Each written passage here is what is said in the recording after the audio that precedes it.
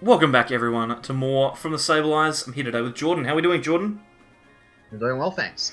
That is good, and we're revisiting a deck that lots of people really enjoy, and that is Lost March. This deck seemed to have quite a lot of potential when it first came out, but it never really quite got there, Jordan. Yeah, it definitely saw quite a bit of play at the time. It saw some niche results here and there, but it never ended up being like a tier 1 deck like Night March was back in the day, and I don't think it's going to quite reach that tier 1 status now. It's definitely got some new options to make it worth considering again. Yeah, there are certainly some improvements from the new Cosmic Eclipse set that make this deck slightly more viable. You can see a couple of them on the left-hand side, but we'll run through the list. What would it be without a 4-4-4 line of Jumpluff? I've got 4 Hoppip, 4 Skiploom with the Floral Path to the Sky ability, and then 4 Jumpluff with the Lost March attack. This is the bread and butter of the Lost March deck. If you don't know anything about Lost March, obviously you want to have Pokemon in the Lost Zone, and Skiploom, for every Skiploom you get into play, you not only give yourself an attacker with Lost March, but you also give yourself 2 Pokemon in the Lost Zone. So a super good way to get those damage counters up early, and a really, really strong attacker. Jumpluff attacks for 1 energy, with Free Retreat's probably going to be the one we're going to be going for most of the time. It's really weird to see like a 4-4-4 stage 2 line in a deck, especially when it's a non-GX with 70 HP, but it's effectively only a stage 1 when you think about it, because as soon as you get your Skiploom into play, as long as there's a Jumpluff in your deck, it effectively comes straight into play. And even if you don't have any other Pokemon in the Lost Zone, if you're able to just get 4 Skiplooms into play, which isn't that unreasonable, that's 8 Pokemon in the Lost Zone, and all of a sudden you're already doing quite a respectable amount of damage just based on Jumpluff itself. Obviously, we've got some other ways to put a bunch of other Pokemon in there as well, but it's fine. Obviously, just getting those Skiplooms and Hoppips into the Lost Zone is more than enough damage to at least get you going. Yeah, exactly. 160 is a pretty good starting point. And once you've run out of Jumpluffs, then we have some more attackers. The new set, Cosmic Eclipse, has brought us our 3 copies of Cottony. It has Lost March for a double colorless. It's the exact same text, so it's the same attack, except we are attacking for double colorless energy, which is a bit frustrating since it's not in the format anymore, but hey, we can at least attack with this guy, and if we wanted to, we could even put in the Whimsicott as well, because I think that one has Lost March too, but for the moment, we're just going to focus on 3 Cottonies, and we've also got 2 copies of the old Natu as well. Gives us an extra type advantage, which is really strong. When you think about it, you've got lots of decks that are weak to Psychic already in the format. Things like Mewtwo Mew are obviously going to struggle against the Natu. And there's actually a couple of Dragon decks coming out in this format, so Cottony could potentially take some knockouts against things like Reshiroms or the Ganondorf Guzzlords. So definitely worth looking at. The best thing is that it gives us an option to play more than 4 more attackers. Yeah, the Cottony being a Fairy type is actually pretty relevant in this format. As you already mentioned, there's quite a few Dragon type Pokemon coming out which are going to be weak to it, and Mewtwo decks that are, or they're almost always playing a way to remove their Psychic weakness. So even though Mewtwo is going to be strong in that matchup, it's not going to be as crucial as it is going as the Cottony is going to be in the matchups it's good in. So we're seeing a slightly higher count of Cottony in this list. Obviously, they're effectively the same card, right? They've got the exact same stats, just a slightly different weakness and resistance. Yeah, pretty much. You just want to have these Pokemon in play to attack with. And previously, when double colorless energy rotated, that's kind of when Lost March started to lose popularity. But we've got some cool ways in this list to power up these attackers. Yeah, we can certainly get there. And another way that we're going to increase our damage is obviously by playing 4 copies of the Stage 1 Trumbeak. We're playing it exclusively for Mountain Pass, which allows us to put it in the Lost Zone and potentially Lost Zone a supporter from our opponent's side of the field. We don't really mind if we Lost Zone anything from them. That's just an added bonus. This card essentially reads your attack does 20 more damage, so that's pretty strong. Yep, and if you include these 4 Trumbeaks alongside your 4 Skiploom and 4 Hoppip in the Lost Zone, because those are the 12 easiest Pokemon to send to the Lost Zone, that is going to be a flat 240 damage for 1 energy with most of your attackers on a non-GX, so that's pretty busted, considering 240 is enough to kill majority of the Pokemon in the format. Obviously, there's not everything these days, but we've got ways to get some other Pokemon Lost Zone as well. But what I really like about the Trumbeak now is previously it was kind of there just to send itself to the Lost Zone. If you send a supporter card to your opponent's Lost Zone, it's not really that big a deal. Like if it gets into the discard pile, they wouldn't be able to use it anyway. But now that Cynthia and Caitlin is coming out, and it seems like it's going to be a pretty popular card moving forward, sending a supporter card to your opponent's Lost Zone instead of their discard pile could actually be a huge hindrance to your opponent, because they might be looking at getting those supporters back multiple times a turn. If it's in the Lost Zone, it's gone forever. Yeah, exactly. So maybe they're playing that one-of copy of Jesse and James, or one-of Lana Mallow, or something like that, and you accidentally mountain pass it into the Lost Zone. They are not getting that back, no matter how hard they try. But hey, yeah, that's our Pokemon line. It's pretty simple. Trying to keep it as consistent as possible, whilst not giving our opponents any opportunities to take knockouts on GXs. I've seen lists playing things like the new Oricorio. Obviously, Dedenne is still an option, but we've opted to try and move into the simple non-GX route just to force our opponent to take all of those knockouts. But hey, moving on to the supporters, we've obviously got to start off with a good supporter. So we're going to try Professor Elm. It's going to get ourselves not only all of our little Hoppips into play in the first couple of turns, but it can also search out the stage 1, what's it called? Skiploom. So we can search those out as well, because they've got 60 HP. Means that Professor Elm is not a dead card at any point in the game, and another good thing about it is we can actually search for every single one of our attackers apart from Jumpluff with this card, which means that at no point are we going to be desperate for finding something to put on our bench. We are always going to have a live Professor Elm ready and raring to go. I really like Professor Elm, specifically in decks where you've got an evolution piece which also has 60 HP, such as Pidgeotto and Skiploom obviously are the two that come to mind, because it makes Elm like a pretty viable card after the first turn, which is really valuable in my opinion. Like, you want to be trying to get as many Skiplooms into play as fast as you can, and you want to try and also get them into play before you draw your Jumpluffs, because if you draw too many Jumpluffs and you don't have Pokemon communication, you're going to sometimes have to fail that ability. But yeah, with the double Elm, you're going to be able to really accelerate the speed that you're able to get your Lost Marches into the into the Lost Zone, and also set up your attackers at a faster pace than usual. Yeah, exactly. And you mentioned sometimes you might be stuck with a Jumpluff in your hand. If that is the case, then we're going to be able to shuffle them away with Cynthia. Raw Draw is always good, but I've actually got a better supporter for our kind of general use in this list now, and since Cynthia is pretty ubiquitous, we'll skip over it and talk about the new 3-of supporter that we have in the list, and that is Rosa. And I think this is the card that actually makes this deck that much better, because obviously Jumpluff and all of your attackers have really small HP costs, so we're going to get knocked out quite frequently, which means Rosa's going to almost always be active, and it effectively says search out another way to attack with a Lost Marcher. Yeah, the fact that you can use Rosa to search for your next attacker, and also the energy card, because the majority of our attackers are going to be powered up by just a single energy card, means that you can effectively chain attackers indefinitely once you draw a Rosa, because you might not need a trainer card. You can just search your deck for another Rosa for the next turn, or if you are lacking in a bit of damage, you can get yourself a Lost Blender to try and increase your damage output. There's a whole bunch of other cool cards that we can search for, which we'll talk about when we get to them. But yeah, Rosa it's basically going to be a good turn for you every turn you play this card. Yeah, exactly, and I could even see a Rosa count going up to 4 in the future. As weird as it sounds, you might even cut down on Professor Elm in order to include Rosa. We actually tested the list out with 2 Professor Elms, as low as 2, and that actually didn't work too bad. Like, it obviously has some consistency issues, but I think Rosa is definitely an area that we would look to increase the count if we could. But finally, one last supporter, and this is a interesting one that we've kind of seen some play in Japan, but not really in the English-speaking world at the moment. We've got Mina in this list, and this is one of our ways that we're going to try and power up one of those Whimsicots or Natus. We're going to be able to play Mina, get ourselves a Fairy Energy from the deck, which, surprise, surprise, we're playing from Fairy Energy. Right, we're going to grab some Fairy Energy from our deck, we're going to attach it to one of our Pokemon that needs to attack for a DCE, manually attach from hand, and again, we're only using one attachment to get a knockout with a Lost Marcher. So Mina actually gives us a little bit of utility, which we didn't used to have.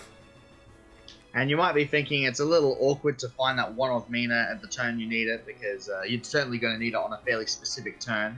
Once you start to run out of jump-offs, it's going to be a pretty important card. But we were just talking a minute ago about how good Rosa is at chaining attackers. You can use Rosa to search your deck for the cards you need to attack this turn, and also a Mina to set yourself up for the next turn as well. So you can really make sure that you're chaining attackers with these non-GXs. Even the ones that cost the 2 colorless energy can be chained relatively easily. Yeah, exactly. So Mina's one option. We've got a couple of options to do that throughout the list. We'll have a look at some of those in a second, but first, some consistency cards. As usual, we need to make sure that we are hitting the right things at the right time. Since our deck relies on Professor Elm, we're going to be running 4 copies of Pokegear. Pokegear, like we always say, just gives you 4 more outs to hit that card that you need. This card is seeing more and more play the more we go into this new format. And I think it's because decks seem to be moving away from that standard 4 Lily, 4 Cynthia engine. When you've got like more unique supporters that you want to be playing on specific turns, such as Green's Exploration or Professor Elm's Lecture, which a lot of decks seem to be running at least one of those 2 cards at the moment. Pokegear just becomes so much more powerful, and it's just really going to help you find the supporter you need on the specific turn you want it, such as that one-off Mina. Yeah, exactly. So the Pokegear is going to come in clutch. We also have 4 copies of Netball for our basic support to find grass Pokemon. We're going to be able to find our Hoppips with this, but more importantly, we're also going to be able to use it to find grass energy. Netball as a 4 count for that reason alone. I mean, we've got 3 Pokemon communication as well, so we can use that to search out Pokemon if we need them. But Netball has got so much utility in this list. Just because it's not dead once you've got 4 Jumpluff in play, you can still use it to search out the energy you need to attack. Yeah, and as we were just saying before with Rosa, like searching for the energy is a lot of the time the only card that you really need to actually attack each turn. Besides maybe like an occasional Mina or something to power up your Natu or Cottonee. Most of the time you just want to have a jump off of an energy on it and then declare attack the knockout. That's usually going to be enough to win you the game. And yes, it's true, we do have the 3 copies of Rosa already to search for energy, so you're not going to be as reliant on Netball as you previously were, but that's just more of an excuse to use it to get your Hoppips earlier and then still have a couple in the late game to find your basic energy. Yeah, exactly. So a really, really strong card. Pokemon Communication, obviously, generically strong. And this card, very good in this specific deck, Lost Blender. We're going to put 2 cards from our hand into the Lost Zone and then draw a card. That's probably the main way, apart from our 12 kind of consistent Lost Zone cards. The Lost Blender is going to give us that extra damage output, so maybe we've got ourselves an extra Natu in hand, we don't need it, we can Lost Blender that away. Maybe we've got a Jumpluff in our hand that we don't really care about anymore, we can Lost Blender that away, and suddenly we can give ourselves much bigger damage output, especially on the early turns. If you happen to draw into something that you don't realistically need for turn 1, 2, 3, then you can Lost Blender it away, give yourself a little bit of extra consistency, but more importantly, get a couple of extra 20 times modifiers into your Lost Zone. Well, with the 12 consistent Pokemon you can put in the Lost Zone, you're going to be doing, I'd say, an average of like 200 to 240 damage, even without Lost Blender, so that's enough to knock out most Pokemon in the format. But that Lost Blender, even if you only get to use it once or twice, it's going to get you those last couple Pokemon in the discard pile, into the Lost Zone, which is going to allow you to start hitting those bigger numbers like 260, 280, and once you start hitting 280, you're realistically knocking out anything in the format. There is, I believe, 9 total different attackers, non-GX attackers we can use in this deck between the 4 Jumpluff and then the 5 other Lost Marchers. So you only realistically need 6 a game. That gives you at least another 4 that you can send to the Lost Zone at any point during the game with Lost Blender. And as soon as you start doing 280, I feel like you're going to be winning almost every matchup. Yeah, if you get to that point where you've got 14 or more Pokemon in your Lost Zone, you're probably going to win. But one of the good things that this deck, we were talking about Rosa being really, really strong. One of the best cards that this deck gets in this format is Great Catcher. We're playing 3 copies of this card in this list because it is so good for it. In the past, you would have needed to have run Custom Catcher in this list in order to bring things up to into the active in order to kill them. But for Lost March, the ability to gust specific targets is so important, and playing 3 means that if your opponent at any time plays down to Denes, you can just pick those off and take 2 prizes when perhaps you might not have been able to. Great Catcher is so strong for this list, and I'm really excited to test it out against some GX decks just to see whether that kind of damage output is going to be consistent enough to turn it into a more competitive deck than it has been in the past. Well, yeah, when you're playing a non-GX deck, which is doing 200 plus damage every turn, you really want to be making sure that you're hitting into GXs wherever you can. You've got 40 and 70 HP Pokemon, so if your opponent has non-GX options in their list, they're going to be able to use them against you, which is, like, it's not the end of the world, because you can still just trade 1 for 1 against them, but if you want to have an up trade against your opponent, you're really going to be wanting to abuse these Great Catchers at the right time. And hey, we were saying that Rosa is a pretty good card, and I would say that Great Catcher is one of the better cards that we can find without Rosa. Yeah, exactly. We can search out a Great Catcher to take a couple of prizes, or perhaps our opponent only has 1 attacker left and they've taken almost all of their prizes. We could just search out 1 copy of Reset Stamp them to a low hand size, and force them to try and find another attacker. Since we're not playing any kind of significant discard mechanics, 1 Reset Stamp should be okay. We're never going to be forced to discard it. We should only ever make the choice to. And since it's a one-of, we can search it with Rosa, so you can get it on the exact turn that you need it in order to create maximum problems for your opponent. Yeah, when you're playing any non-GX focused deck, Reset Stamp always seems like a really strong inclusion, because you can guarantee that your opponent's always going to be on 2 prizes, 1 prize. They're going to be on every number of prizes at some point during the game, so you can really make sure you time your Reset Stamp at the perfect moment to put yourself back into a potentially losing game. Yeah, exactly. And finally, our last one-off card is another way that we can get our attackers with double colorless attack costs into play. That is counter gain. If we've fallen behind, which, you know, Lost March has a tendency to do, then we can attach a counter gain to one of those Pokemon, manually attach an energy, and then attack. And yet again, Rosa is the way we're going to try and find this. If we don't draw into it naturally, then we will be able to search for it with Rosa. This counter gain is by far one of my favorite cards in this specific list. It's just such a powerful card. It's kind of surprising that it's seeing such limited amount of play in this format. So Lost March is finally finding a use for it in the current format. I really like the synergy between this and Mina. So, like, if you're winning in the game, then you can just search for the Mina to set yourself up, or if you're behind, you can instead set up the counter gain play. And this is a comeback deck, you could say. So counter gain seems like a perfect fit in this comeback from behind non-GX build. Yeah, exactly. And the best bit is, if you do happen to draw into both of them naturally, then you can set up 2 or 3 attackers at the same time in counter gain on one, then Mina to another, and now you're ready to attack with 2 different Pokemon with a manual attachment. So if you are that lucky, there is potential for you to really steal a game out of nowhere. Moving on to the energy, we play 9 basic energy in the list. We play 5 copies of Grass and 4 copies of Fairy.